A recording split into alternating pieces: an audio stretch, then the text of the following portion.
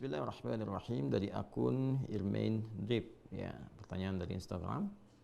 Assalamualaikum Ustaz. Waalaikumsalam warahmatullahi wabarakatuh. Izin bertanya Ustaz, bagaimana caranya mengondisikan diri di kala futur melanda, dan bagaimana caranya agar bisa terus belajar untuk meluruskan niat karena Allah Ustaz. Syukran katsiran, barakallahu fikum.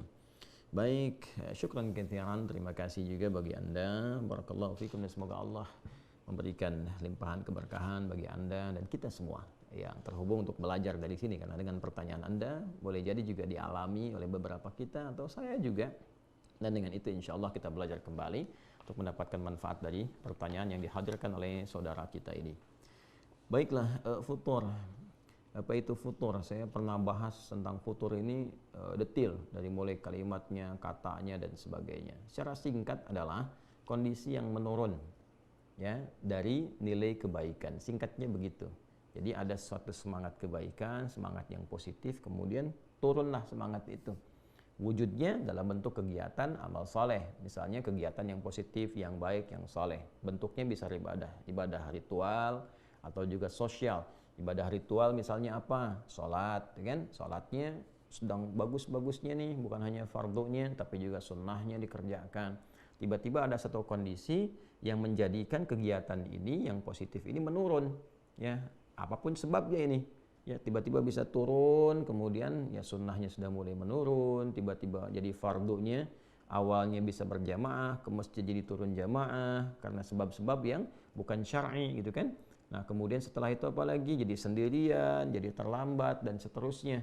Waliyadzubillah kalau sampai meninggalkan sholat, itu kan, itu kondisinya. Atau ada ibadah-ibadah sosial juga, bentuknya banyak nih, ada yang muamalah, ada muamalah maliyah, bisa sedekah misalnya, bisa saling ta'awun 'alal birri wat taqwa. Kalau sedekah kan kaitan dengan materi gitu kan, bisa infak kah itu, bisa lain-lain kah dalam bentuk pakaian, makanan, dan sebagainya. Ta'awun 'alal birri wat taqwa, saling tolong menolong, ya kan, saling membantu, saling mendoakan, interaksinya menurun, gitu kan. Dan turunan-turunan yang lainnya yang bisa kita contohkan dalam berkehidupan, termasuk akhlak yang tadinya tuturnya baik, tiba-tiba kosakata kebaikannya jadi menurun, ya. Yang tadinya senang lihat kajian jadi menurun. Nah, ini pertama sebelum bicara dulu kita bagaimana meluruskan itu semua, kita harus turunkan dulu ini penyebabnya apa, futur itu penyebabnya apa, ya kan? Futur itu rata-rata tuh dua penyebabnya, secara umum dua. Yang pertama, ada kesibukan dunia yang berlebihan. Kan dunia lawannya akhirat, ya, walal akhiratu khairul laka minal ula, dan sungguh kehidupan akhirat itu lebih baik daripada yang ula, yang pertama dunia. Jadi lawan akhirat itu dunia, lawannya selalu begitu, ya. Jadi kalau Anda berlebih akhiratnya, maka dunianya akan ikut nanti, ya. Tapi menariknya begini, bukan meninggalkan dunia, ikut akhirat itu bukan meninggalkan dunia, menjadikan value kegiatan dunia itu untuk kebutuhan akhirat, itu maksudnya.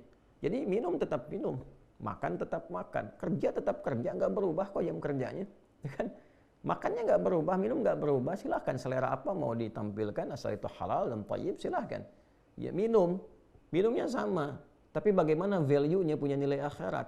Khudh biyaminika ma yalik, ambil dengan tangan kananmu yang paling dekat denganmu. Samillah, sebut bismillahirrahmanirrahim. Jadi begitu akan minum, bismillahirrahmanirrahim, minumannya sama, menghilangkan haus juga. Sesuai dengan selera kita bisa pilih, tapi kalimat bismillahirrahmanirrahim menjadikan itu bagian dari ibadah, kan? Bagian dari ibadah. Kerja juga demikian, kita berangkat beraktivitas dan niatkan karena ibadah, jadi ibadah di situ, teman-teman sekalian, ya. Tapi kalau kemudian, ya, fokus dunianya nih dibalik nih, dunia diikutin, akhirat misalnya, ya, mohon maaf nih, ya, ditipiskan, dikurangi, direduksi, bahkan, ya, dalam beberapa kasus kadang-kadang lupa, dipilih dunia, ditinggalkan akhirat gitu. Ini yang paling repot di sini. Akhirnya apa? Ketika porsi dunia yang terlampau tinggi, ya, pekerjaan, mencari pekerjaan yang bisa menunda waktu sholat, ya pasti futur, ya. Ya, padahal Anda tahu Allah pemilik rezeki, kan? Allah kan pemilik rezeki. Yang ngasih rezeki siapa? Allah. Kenapa nggak ngikut aturan Allah? Begitu diikuti, Allah berikan rezeki yang membahagiakan, yang menenangkan. Anda tinggalkan, itu capek Anda, lelah. Ya, makanya kerja tanpa ibadah itu pasti lelah. Berangkat lagi, kerja lagi, kerja lagi, kerja lagi, kerja lagi. Itu kan ujungnya capek, lelah. Tapi kalau diniatkan ibadah, ibadah itu kan menenteramkan jiwa.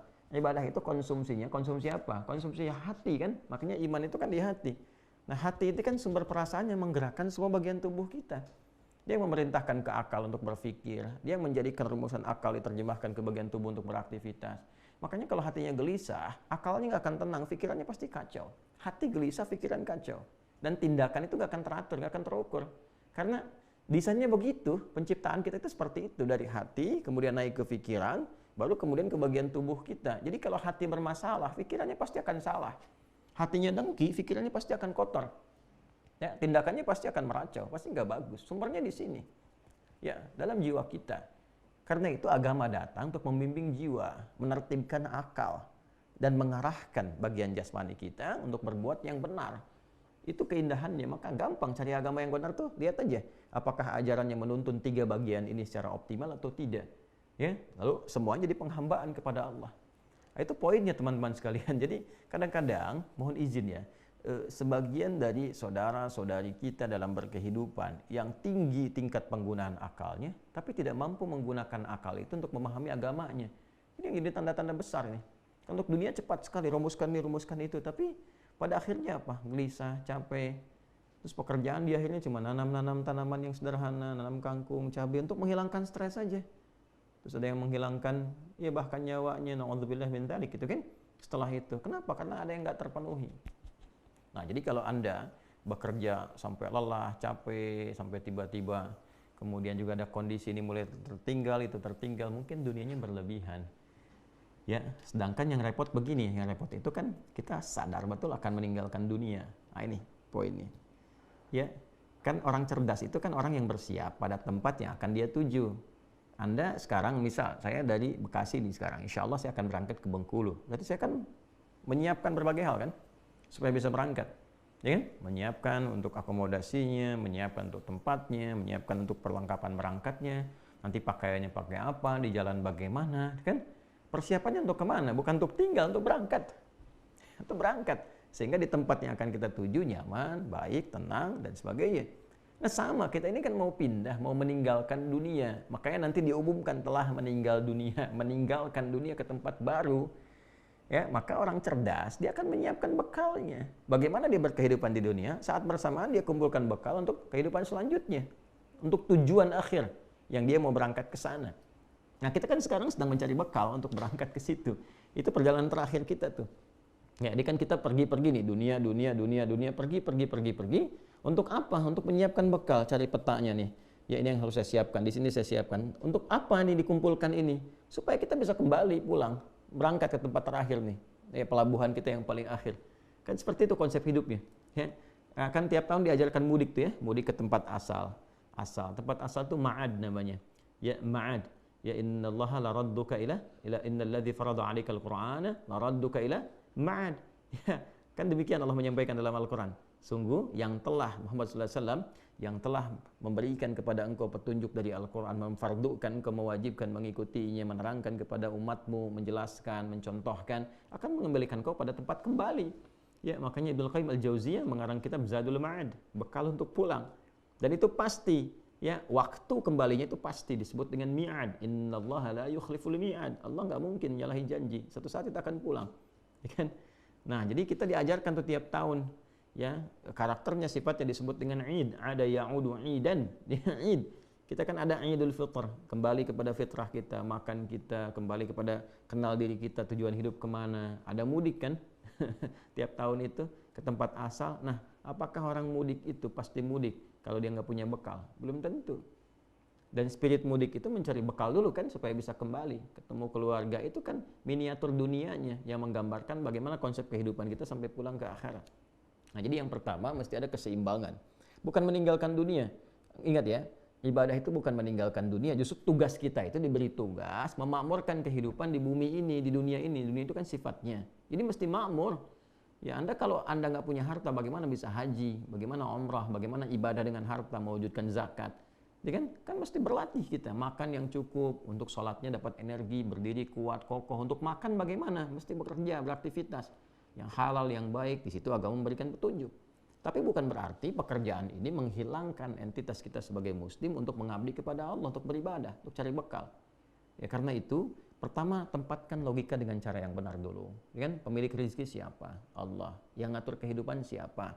Allah. Yang memudahkan siapa? Allah. Nah sekarang, Allah yang Anda katakan, yang Anda yakini itu membuat desain kehidupan kepada Anda, memberikan aturan nih, cari kerja yang begini, rezeki yang begini. Toh tidak akan mengurangi rezekimu karena aku kata Allah sudah atur rezekimu dari mulai berkehidupan sampai akhir hidup. Jadi sebetulnya kalau kita cerdas gunakan logika ini, nggak perlu kita terlalu menyusahkan diri sendiri sampai lelah, sampai nurunin ibadah untuk mencari sesuatu. Padahal kita mengerti, kan ada babnya tuh. Ya, di rukun iman itu ada qada dan qadar kan? Kita kan sudah meyakini walladzi qaddara fahada.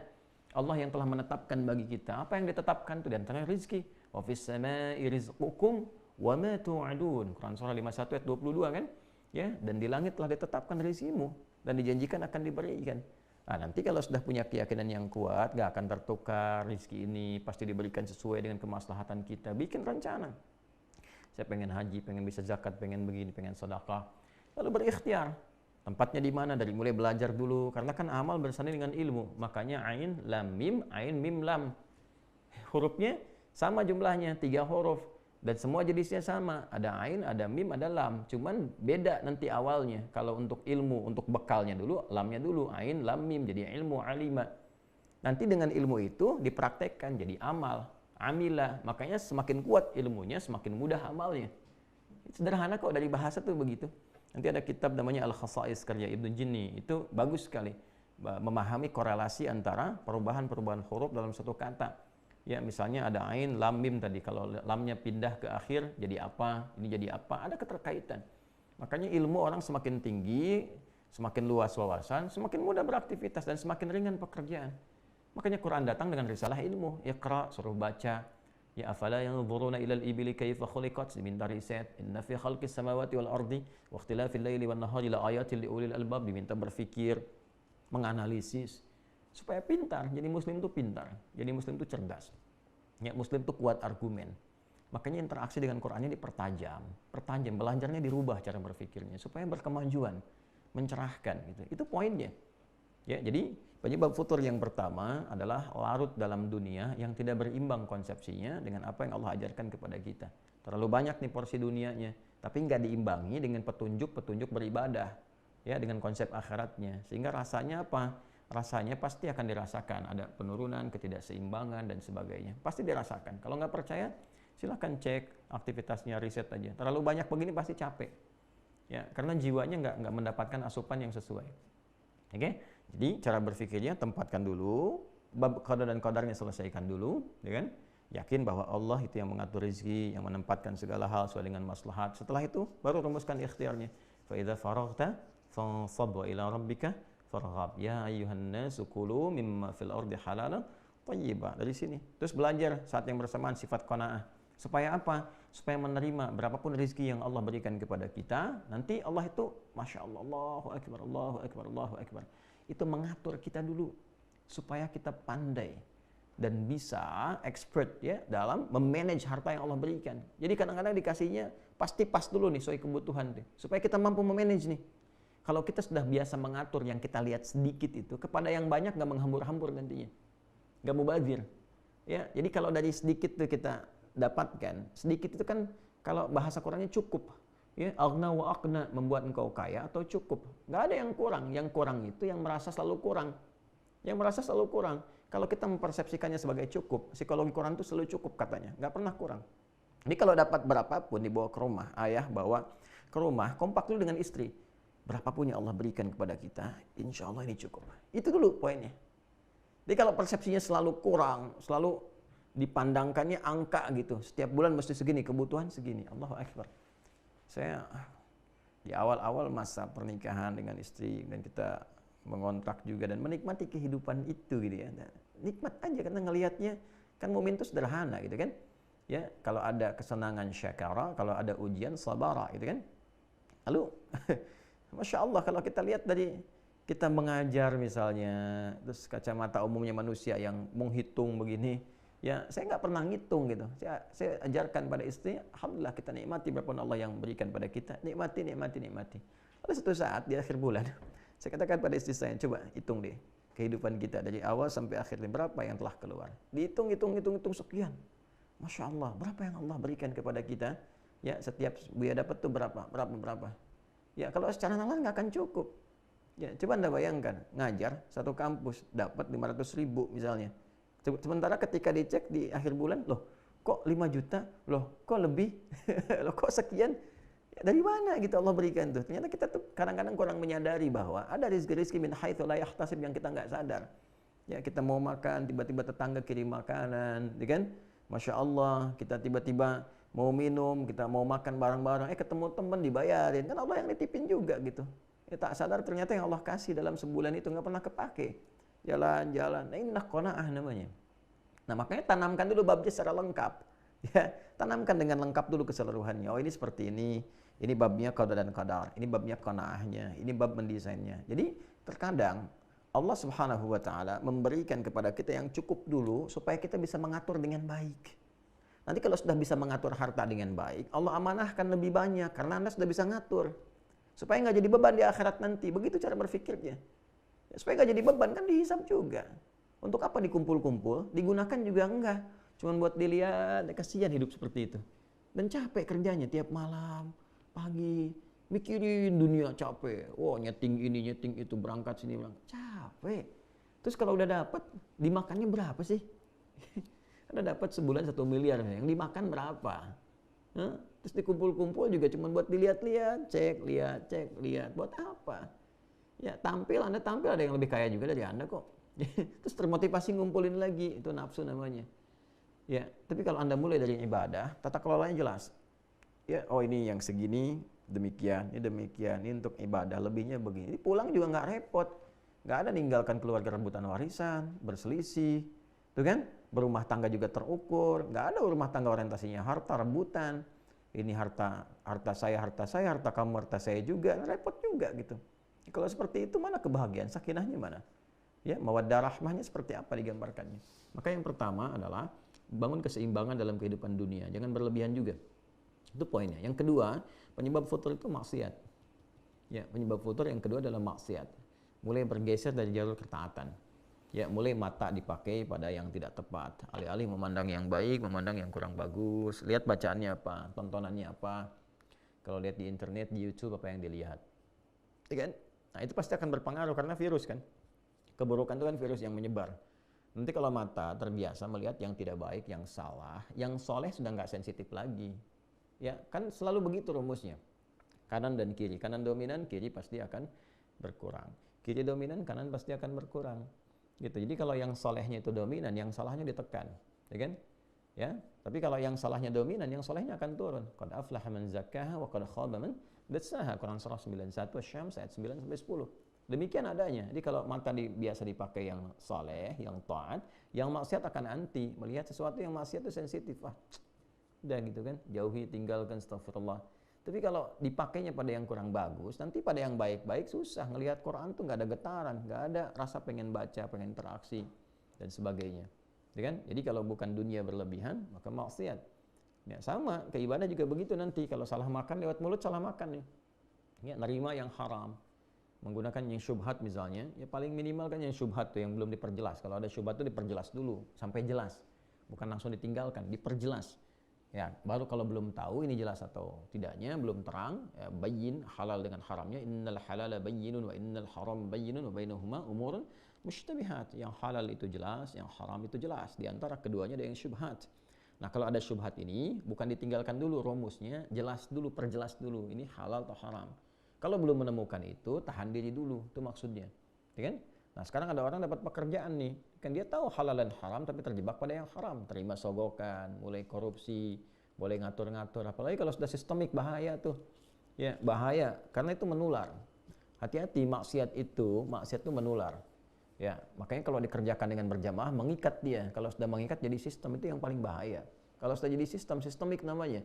Jadi orang baik pun masuk ke situ jadi buruk.